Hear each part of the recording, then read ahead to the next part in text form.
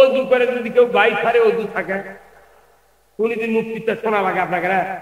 আপনি জুম্মাত গেছেন, অজু করেছেন, কে বলো অজু করে স্যান্ডেল হাতত নিয়ে জুম্মার মধ্যে ঢুকিচ্ছেন, স্যান্ডেল খুলতে কাছে পেছনের রাস্তাতে বাইরে। আপনি কি কোনদিন হতুয়ালিয়া যান এবার অজু করে যাচ্ছি জুম্মার ঢুকবো সাবরিছি আর বাতাস বাড়াতে পারে অজু করা লাগবে হুজুর? কোনদিন শুনিতেন? কেউ শোনে না।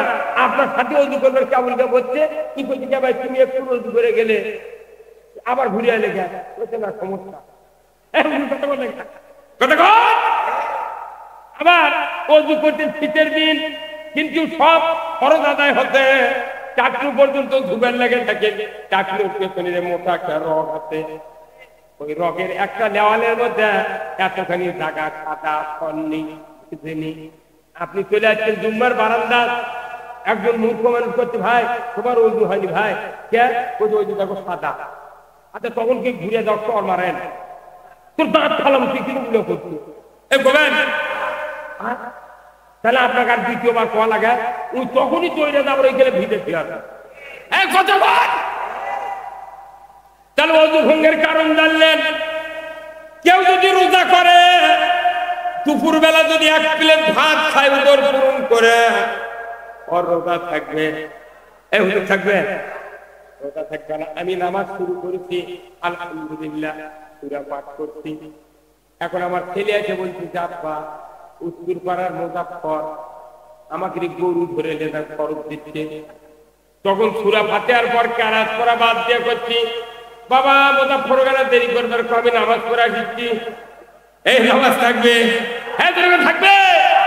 তাহলে নামাজ ভঙ্গের কারণ জানলেন, রোজা ভঙ্গের কারণ জানলেন, ওযু ভঙ্গের কারণ জানলেন, ঈমান ভঙ্গের কারণ কেন বলা হলো না?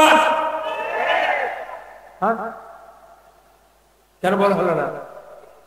ঈমান যদি ভাঙ্গা যায় আর দাড়ি টুপি জুব্বা দেখে রাজকার বক্তৃতা সব বললাই যাবি। কবে ঈমান নজিপুরের নদী দিয়া ভাসা আত্রাই নদী নওগাঁর নদী দিয়া চলে গেছে যমুনার, ওই তুমি মাত্র ঘুরতে নিচ্ছে।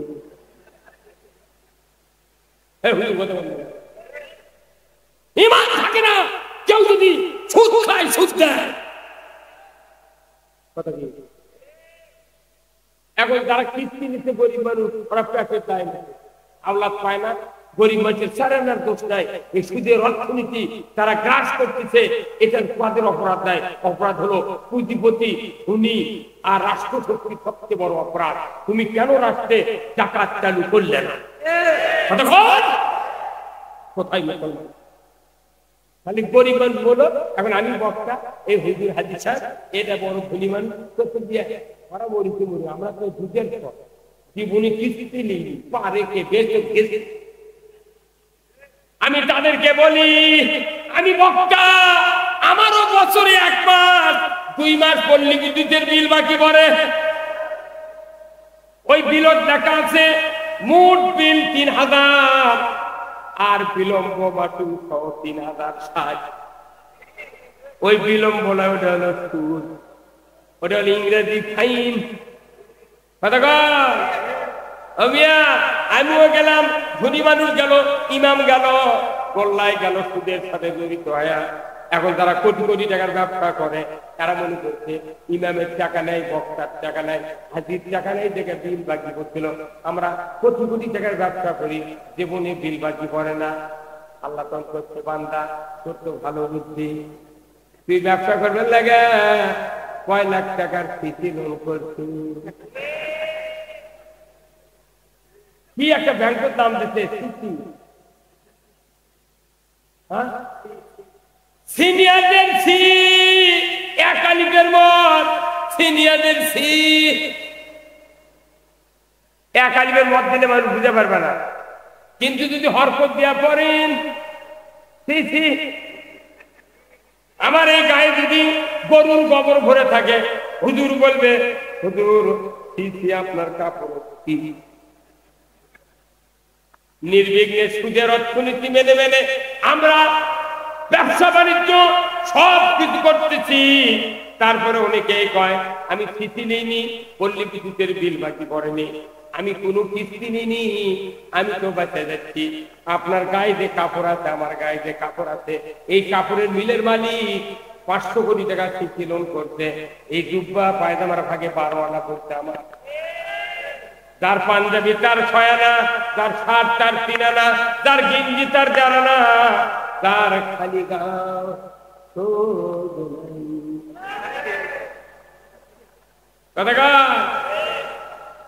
আল্লাহ কেন বললেন ইয়া আইয়ুহাল্লাযিনা আমানু লা তাকুলুর রিবা? ঈমানদারের সুদ খায় না, কথা ঠিক কিনা? হবিয়া আল্লাহর নবী মক্কাতে থাকলেন 13 বছর। দুইগুণ কয় বছর? 13 বছর মক্কায় থাকলেন। আল্লাহর আইনের কথা বলতে গিয়া, কালেমার কথা বলতে গিয়া মক্কার কাফেরেরা অত্যাচার নির্যাতন শুরু করলো। আল্লাহর নবী একটু মন ভার করে কাবা বাইতুল্লাহর ছায়াতে কম্বল বগলের নিচে দিয়া ঠ্যাস দিয়ে বসে থাকলেন। হঠাৎ করে হযরতে খাব্বাব রাদিয়াল্লাহু আনহু রাসূলের দরবারে হাজির, সালাম দিলেন, আসসালামু আলাইকা ইয়া রাসূলুল্লাহ, ইয়া হাবিবাল্লাহ। হুজুর, আমরা তো মার খেয়ে খেয়ে শেষ হয়ে গেলাম, নির্যাতনে বাড়ি ঘর ছাড়লাম, সব কিছু অত্যাচার আমাদের উপর চলছে। হুজুর গো, মাতা নাসরুল্লাহ, আল্লাহর সাহায্য কবে আসবে? এতটুকু বলতে বলতে আল্লাহর নবী সোজা হয়ে বসলেন। আল্লাহর নবী বললেন, ও খাব্বাব, তুমি কেন তাড়াহুড়ো করছো? আমাদের পূর্বে যারা কালেমার দাওয়াত দিতে এসেছিলেন, ইসলামের দাওয়াত দিতে এসেছিলেন, তাদের কাউকে অগ্নিকুণ্ডে ফেলে দেওয়া হয়েছে, বরফ দিয়ে দ্বিখণ্ডিত করা হয়েছে, কাউকে লোহার চেরুনি দিয়ে হাড্ডি থেকে গোশত নামিয়ে দেওয়া হয়েছে, কাউকে উত্তপ্ত তেলের ভিতরে দিয়ে তাদেরকে মৃত্যুবরণ করানো হয়েছে। রে খাব্বাব, এত অত্যাচার নির্যাতনের পরও আল্লাহর দ্বীনের দায়রা এক দিন পরিমাণ দ্বীনের রাস্তা থেকে সরে যায় না। রে খাব্বাব, তুমি এত তাড়াহুড়ো করছো কেন? সেদিন বেশি দূরে নয়, রে খাব্বাব, ইয়েমেনের রাজধানী সানআ থেকে হাজরামউত পর্যন্ত 1250 কিলোমিটার রাস্তা। একজন সরসী যুবতী সোনার অলংকার পরিহিত অবস্থায় যৌবনের লাবণ্যতা নিয়ে একা একা দীর্ঘ পথ যাওয়া আসা করবে রাতের অন্ধকারে। লা ইয়াখাফু ইল্লাল্লাহ, আল্লাহর ভয় ছাড়া কারো ভয় থাকবে না। থাকবে না ধর্ষকের ভয়, থাকবে না লুণ্ঠনের ভয়, থাকবে না ডাকাতের ভয়, থাকবে না চুরির ভয়। রে খাব্বাব, অচিরেই এই দেশে এমন শান্তি কায়েম হয়ে যাবে, যদি কোন আল্লাহু আকবার। আল্লাহ রাসূল যখন এই কথা বললেন, আরশে আজিম থেকে কথাটা শুনলেন কে? আল্লাহ শুনলেন। আল্লাহ কথা শোনাতে কোনো নেতা লাগে না, কোনো মাইক নেওয়া লাগে না, হারকিন জ্বলার লাগে না। শুয়ে থেকে আল্লাহর কথা, আল্লাহ শুনে কথা দিচ্ছে। আপনি শুয়ে দেখবেন চোখ মুজে, তাও আল্লাহ কথা। আল্লাহ এমন একটা শক্তি, জিটি থেকে হোক সেটি পায়খানার মধ্যে ঢুকিচ্ছেন, তাও আল্লাহ কথা শুনবার পায়। কি আউযু বিল্লাহি মিনাল খুবতি ওয়াল খাবাই, এই দোয়া করেছেন পায়খানার মধ্যে যে কথা কই, এটাও আল্লাহ শুনে। তাহলে আল্লাহ শুনেতে কোনো মাধ্যম লাগে? অথচ আমরা নিজেরা খবর পাই না। আল্লাহ তুই আমার বলে এই যে কয় না, ওই হুজুরও খবর পায়, হুজুর দোয়া করবেন, হুজুর আমার বেটা কাছে নামাজে হয়। হুজুরের দোয়া তোর বেটা নামাজে হবে? তুই 10 দিকে তুমি বাঁচিয়ে দিতু বেটা, তুই 10 বিয়ে করে তুমি 4 বেটা বাঁচিয়ে দিতু, দিলের কিনে দিতু, বাড়ি করে দিতু। তুই মসজিদের ইমামের কাজ করতে হুজুর, তারা দোয়া করবেন আগামী শুক্রবার থেকে যাতে আমার বেটা নামাজে। তোর ইমাম সাহেব কথা, হুজুর আপনি তো করছেন, আমার দোয়া করবে। আপনি বাবা, আপনার দোয়া করলে 100% কবুল হবে, আপনি দোয়া করেন। করতে হুজুর মক্কার যা দোয়া করছি, মক্কার গিলাপ ধরে দোয়া করছে, আল্লাহ আমার কটা বেটা কেন নামাজ দিবা না? আইসা থেকে ও 2 ধরেনি, তা আমার দোয়া হবে না, আপনি দোয়া করেন। হুজুর দোয়া করিতে ওই শুক্রবার আসতে আসতে ওই দুম্মতে যায় না, নামাজও করেন। তারপরে শুক্রবার করতে হুজুর আপনার চাকরি আর হলো না। আমি তো নষ্ট হইতে হইতে আমার দোয়া কবুল হয়নি, আপনারা তো দোয়া কবুল হলো না, আমি চলে যান বাড়ি। এটা আমার থানাতেই ঘটনা। কি নামাজ প্রতিবার যা দিন কত খাইয়া যা, ওই নামাজের মহব্বত ঢুকে যা, উনি এই দোয়া লিবার কাছে হুজুর রেখে যে সকালবেলা আমি ফজর নামাজ পড়ে আসে কোরআন শরীফ আমি জান্নাত পড় মেলাচ্ছি এর মধ্যে হুজুর সাইকেল হানফান করেছে হুজুর কি ভাই আসেন আসেন আমি আছি ভাই কে বলছি আমি অমুক এত ব্যাটা করবা থিয়েটারে বসি পাড়ার বাদ বলছি আমি কোরআন পড়াও পরে পড়বো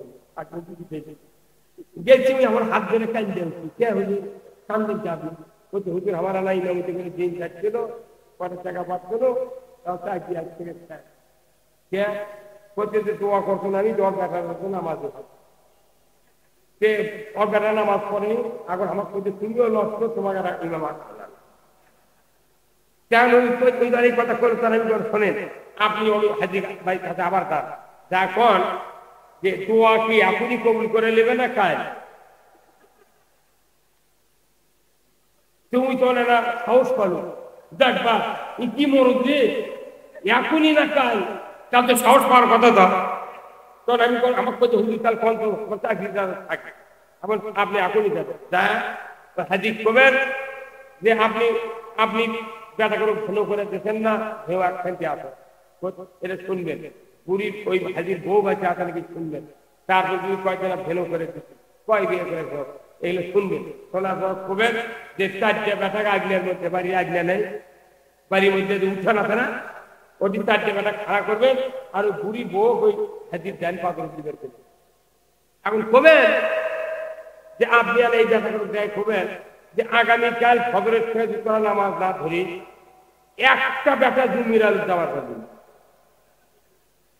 তোরা বউ করে ভিক্ষে করে না চুরি করে ভাত দেবো তোরা তোরা বুঝবি একজন আলু যাওয়ার কথা তুমি আবাদ করার দূরের কথা জমির আলু যাওয়ার নিচে এই বলে কোনো বুড়ি বউ কোনো মাথা মারবি ওটা আমাদের থেকে ওই বেটার মহব্বত বেশি হয় কথা কর ও বুড়ি কবি হ্যাঁ তুমি বুড়া বাড়ি দেখলে কি আমি করতো আমার বেটা ভিক্ষে করে খাবি গা এই কথা কোনো কবি তখন ওই বুড়ি কোয়া লাগবি হে বুড়ি তুই যদি বেটাকে বক্তায় মাথা মারিস তোরও ভাত চাও এই কয় ওই হাজির ল্যাপের মধ্যে শুয়ে থেকে কারোর সাথে 2 দিন কথা কবুলো এটা কবু ওই এই কথাটা কত এক ওই কামি করবো করার পর তখন ওই রাত্রির শুয়ে আছে বেটা চারি ঘর দৌড়ে শুয়ে আছে আর এই বুড়ি নিয়ে ওই ঘর শুয়ে আছে রাতে 3টার সময় উঠে বড় বেটা গাপ্পা থাকিছে আব্বা আব্বা আব্বা আমি তো মানা করে দিদি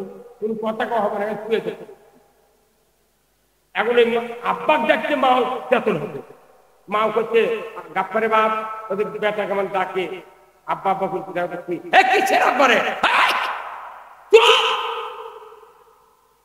তখন বেটাই মুখ বুঝে পারছে তখন বেটা করছে মা মা ও মা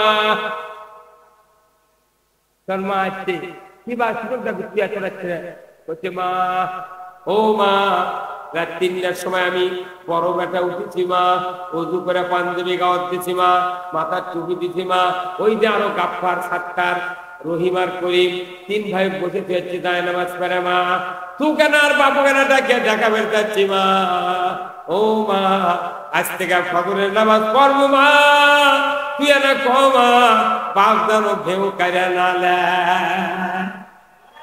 এই কথা কও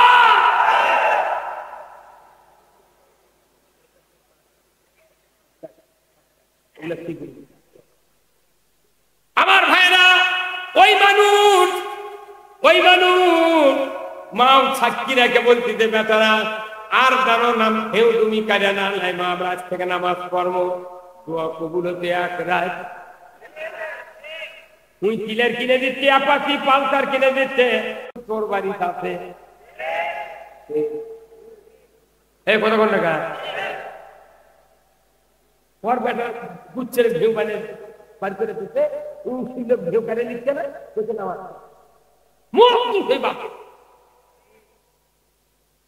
একটা যুবকের কোন দোষ নাই ওই যুবককে যদি 7 বছর বয়সে বাবা যদি হাত ধরে মসজিদে নিয়ে যেত রাখতো ওই বেটা নামাজ হতে বাধ্য 7 বছরে যদি নামাজ না পড়তো 2 থাপ্পড় 2 গালত মারলে বেল দুবার আগ পর্যন্ত মুখ করে গায়ের মধ্যে ভুললে হয়নি বেল দুবার আগে ফুট করে বাড়ি যাচ্ছে কিন্তু ওই শহর বাড়িতে কখন 22 বছর 22 বছর চাই দিচ্ছে ওই স্কুল পাড়ার মিলিয়া থেকে লাইন করে ওই বউলে ওই চলে গেছে ঢাকা কথা যায়া তখন গার্মেন্টে চাকরি করতে করতে দেখা যাচ্ছে 6 মাস পর ঢাকার পাত্র দেখলে এগুলো পাত্রে ভাত খাবি ওই গার্মেন্টের সাথে আবার চলে গেছে।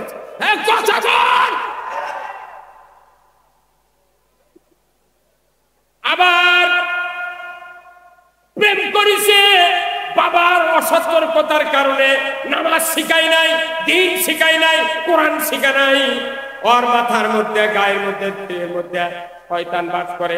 আমার রাসূল বলেছেন ইন্নাল্লাযী লাইসা ফি যাওফিহি শাইউন মিনাল কুরআনি কাল বাইতিল করিম, যে দেহের ভিতরে কোরআনের জ্ঞান নাই ওই দেহটা উজার গৃহ শান্তিকে বেদির ঘর।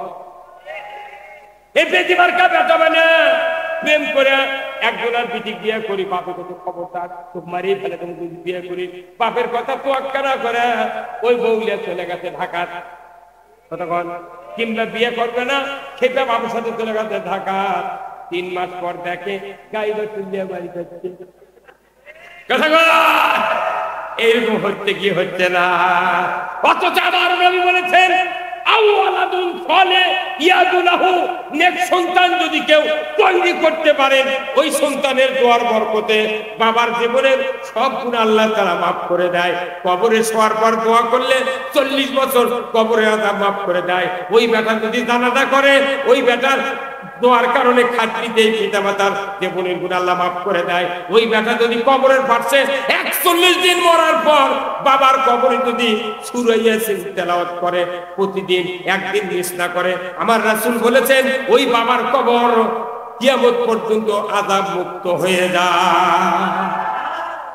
ইনকা বেটা কেউ বানায় না, খালি হুজুর করে গায়। এখানে কয়জন মানুষ আছেন? প্রায় 5000 মানুষ আছেন। দানা মরে গেলে জানাজা করবে। কার কার বেটা আছে না হাত তুলে আমার দেখান তো, মত নেই বেটারা কয়জন আছে? এতগুলো মানুষের মধ্যে 11 জন মানুষ খালি এই জানাজা করার ড্রাইভার আছে, আর কারণ নেই। মরছে একবারে মরছে না, একবারে মরে গেছে। আপনার সন্তান দিয়া আপনার জীবনের গুনাহ মাফের জন্য আল্লাহর নবী ব্যবস্থা করেছেন। আল্লাহু আকবার। আমার ভাইয়েরা, আল্লাহ রাব্বুল আলামিন কোরআনুল কারীমে আয়াত নাযিল করে দিয়ে বলছেন দুনিয়ার পিতামাতা যারা আছো তোমরা আয়াতটা পড়ে আমার কাছে দোয়া করো, আমি রব্বুল আলামিন তোমাদের দোয়া কবুল করব। দোয়াটা হলো কি? রব্বানা হাব লানা মিন আজওয়াজিনা ওয়া যুররিয়াতিনা কুররাতা আয়ুন ওয়াজআলনা লিল মুত্তাকিনা ইমামা। প্রত্যেক পিতামাতার জন্য এই দোয়া করা একবারে ফরজ। মায়ের দোয়া, বাপের দোয়া, শিকারের গুলি মিস হবে, পিতামাতার দোয়া মিস হবে না।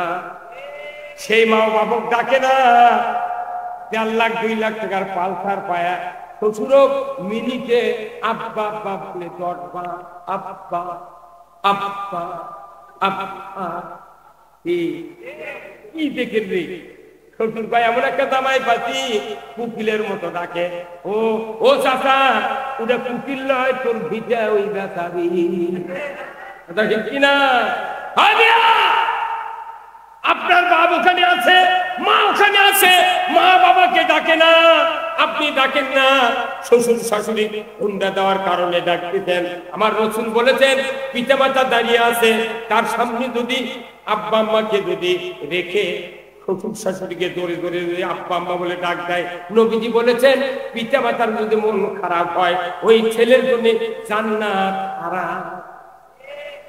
বাপ ডাকবি দাঁত ভাঙ্গা কলকলার হরফ আব্বা আম্মা, একাধিক পূর্ণ আম্মা লাগে, জবরদস্তি প্রথম করা লাগে, খারাপ আর ময়দানের প্রস্থান মুহূর্তে বাড়ির মধ্যে শুয়ে থাকে। কথা ঠিক কিনা? এতগুলি কাম করার পরেও হজ কবুল হতেও পারে নাও পারে, কিন্তু আমার রাসূল বলেছেন যদি তোমরা পিতার দিকে যদি নেক নজরে তাকাও, খেপে তাকালে তোমাদের সব হবে না। বাংলাদেশের 12 আনা ছেলে বাপের মুখের দিকে খেপে কথা কয়,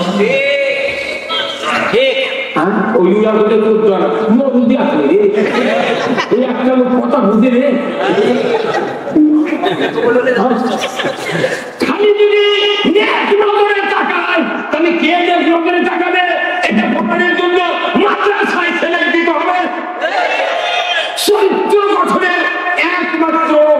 মাধ্যম হলো কোরআনের জ্ঞান ধরে বলুন ঠিক কিনা।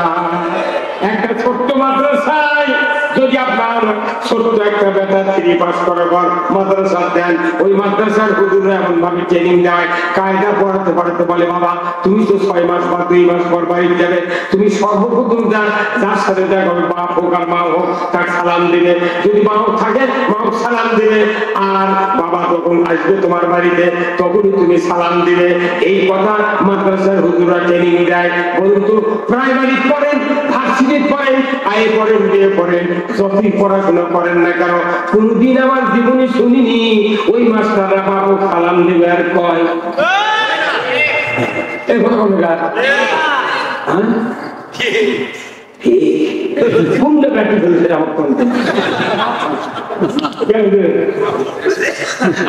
সন্তান যদি পরিত্রমান হয়, আমার আল্লাহ বলেছেন তুমি দোয়া করো, আল্লাহ আমাকে, আমার সন্তান এবং আমার স্ত্রীকে তুমি নেককারের পথের পথিক বানাও, আর সন্তানগুলিকে মুত্তাকিদের ইমাম বানাও, যাতে করে সন্তান আমাদের চোখের সামনে যখন দাঁড়িয়ে যাবে আমাদের চক্ষুটা যেন শীতল হয়ে যায়।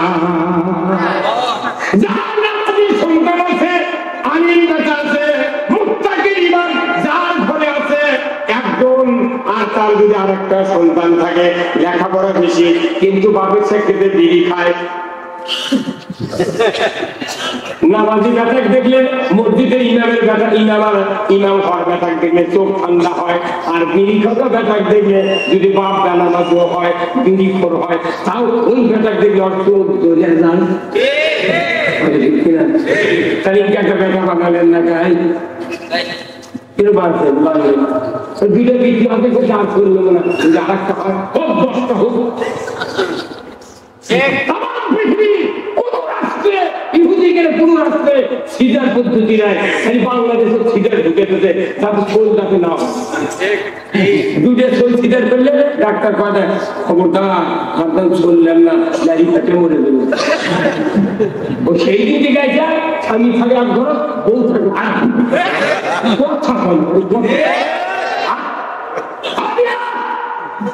ইসরায়েলের যারা ইহুদি রাষ্ট্র যান, আমেরিকার কোন ইহুদি সিজার করে না, ওরা চাচ্ছে সন্তান বেশি হোক, আর মুসলমানও সিজার আর বলি দিয়ে কথা তোরা কাবু ছোল হবে না, মুসলমান কমে গেল ওদের যা বাঁধল, সেই দিন তো আমাদের তুমি কিনতে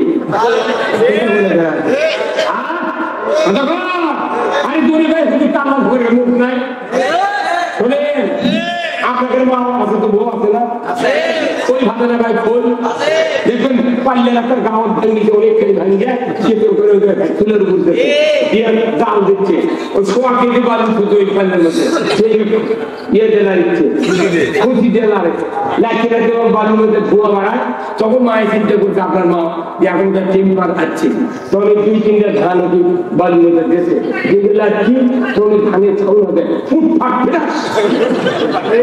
তখন আপনার মা বুঝে পারছে এখন টেম্পারেচার হয়ে একটা মতো ধান দিতেছে, দিয়ে তখন লাগছে 72 টাকা ঢাকন আছে, যদি মুখ দিয়ে লেগে তুলে দেন সেগুলো পাখিরে মুখ দিয়ে উদাহরণ ভাত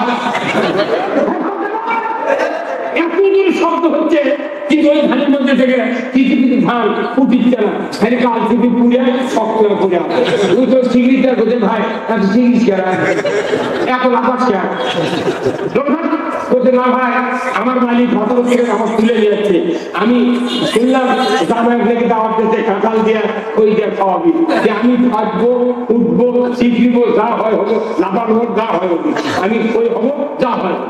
তখন ওই ঘোড়াকে খেয়াল করছে বেশি মাস্টারি দিচ্ছে, এক খাল খেলের মধ্যে 1 গিলাস পানি নিয়ে তুই লোটা লেগে যাবো, তুই লোটা লেগে যাবো। তখন ওই করছে আমি লোটা লেগে যাই, গড়িয়া যাই, ঘুরে যাই, তাও আমি বান্দার খেদমত করলাম, এটাই আলহামদুলিল্লাহ। ওই যে ভাতা হয়ে গেছে, তখন 5টার সময় করছি কি ওই মায়ের তখন দেখে দে ওই খই ঠান্ডা হচ্ছে, তখন একটা গামলা সিলভার গামলা নিচে দিয়ে ওই থালার উপর খই দিয়া ঘুষি দিচ্ছে, কিন্তু ফাটা ধান মোনাফের ধান পটে নিয়ে ফাঁক দিয়ে খুব ঢুকে পারে, তখন ওই খই থালা করছে কে ভাই খই কেমন ভেতরে থাকলো আর আমাকে বাইরে ফেলে যায় ব্যাপার, কারণ কি করতে পারে এটা আমার মালিক করা লাগবে, আমার তো লাভ হবে, মালিক ঘুষিচ্ছে আমার চোখ ফেলে দেওয়া লাগবে, এটা আমার তো একটু লাভ হবে।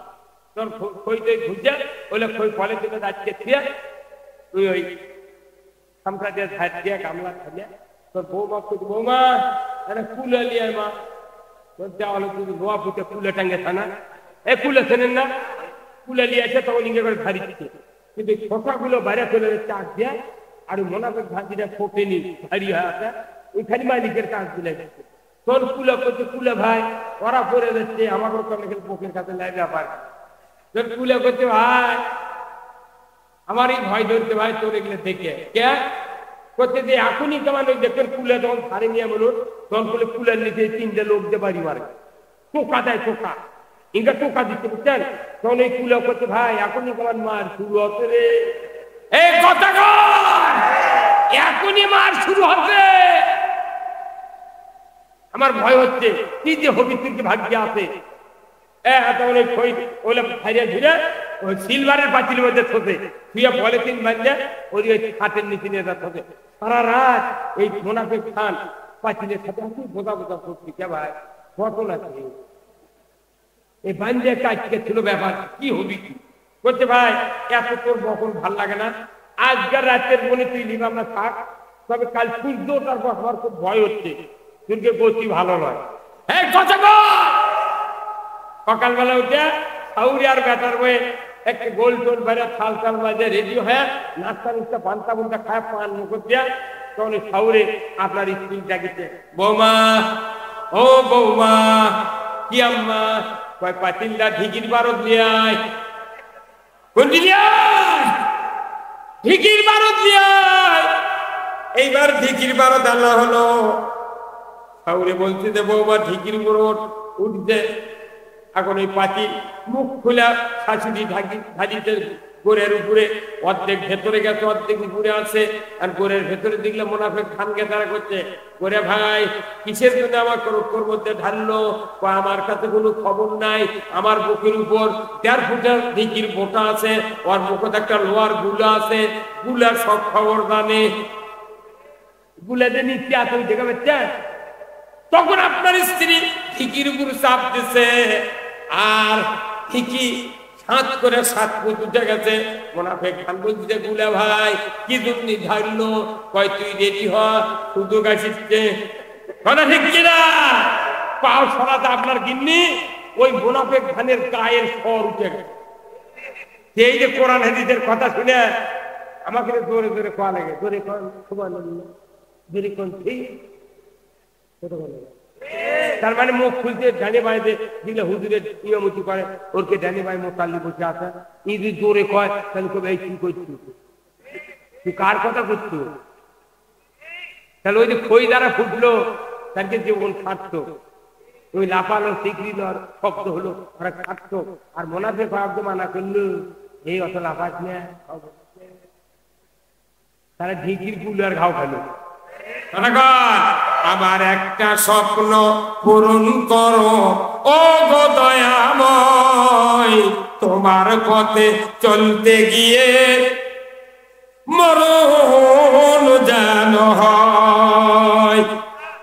আমার একটা স্বপ্ন পূরণ করো ও গো দয়াময়, তোমার পথে চলতে গিয়ে মরণ যেন হয়। আমি অটল যেন থাকতে পারি আল কোরআনের পথে, ধৈর্য নিয়ে চলতে পারি দিন কায়েমের পথে। আমায় ধৈর্য দিও সাহস দিও ও গো দয়াময়, তোমার পথে চলতে গিয়ে না পাই যেন ভয়। সাহাবীদের এই প্রতিজ্ঞা ছিল, আমাকে কি তাই প্রতিজ্ঞা আছে? আমার দেশের মুসলমানেরা নামাজের পক্ষে, টুপির পক্ষে, কালেমার পক্ষে, ওযুর পক্ষে, জিকিরের পক্ষে, তওবাতিল্লার পক্ষে, জুব্বার পক্ষে, পাগড়ির পক্ষে, দাড়ির পক্ষে, হজের পক্ষে, উমরার পক্ষে, কুরবানির পক্ষে, তারাবির পক্ষে, বরাতের পক্ষে, মেরাজের পক্ষে, কদরের পক্ষে, কিন্তু ইসলামের বিপক্ষে। ইসলাম একটা জিনিস, কোরআন আর একটা জিনিস, কলেমা তার চেয়ে দামি জিনিস। আমার সমাজে এতগুলি মুন্সি আমরা আছি, এতগুলি ইমানদার আছি, কিন্তু ইসলাম বুঝি না। ইসলাম হলো শুধু দাড়ি টুপি জুব্বা নয়, ইসলাম হলো চুরি বন্ধ করা, ইসলাম হলো জানা বন্ধ করা, ইসলাম হলো দুর্নীতি বন্ধ করা, ইসলাম হলো সুদ বন্ধ করা, ইসলাম হলো অসহায় মানুষকে সাহায্য করা। জোরে কন্যা মারহাবা। আমি বলতেছিলাম কাবা ঘরের ছায়ার ভেতরে আল্লাহ রসুল বললেন, খাব্বাব এত তাড়াহুড়া করছো কেন? তুমি জানো না অচিরেই দেখতে পাবে সানা থেকে হাজরামউত পর্যন্ত একজন সরসী যুবতী সোনার অলংকার পরিহিত অবস্থায় যৌবনের লাবণ্যতা নিয়ে একা একা রাস্তায় রাস্তায় যাবে, আসবে। লা ইয়াখাফু ইল্লাল্লাহ, আল্লাহর ভয় ছাড়া কোনো ভয় থাকবে না। সেদিন বেশি দূরে নয়। এই কথা বলার সাথে সাথে হযরতে খাব্বাব রাদিয়াল্লাহু তাআলা আনহু চিৎকার করে বললেন, আলহামদুলিল্লাহ।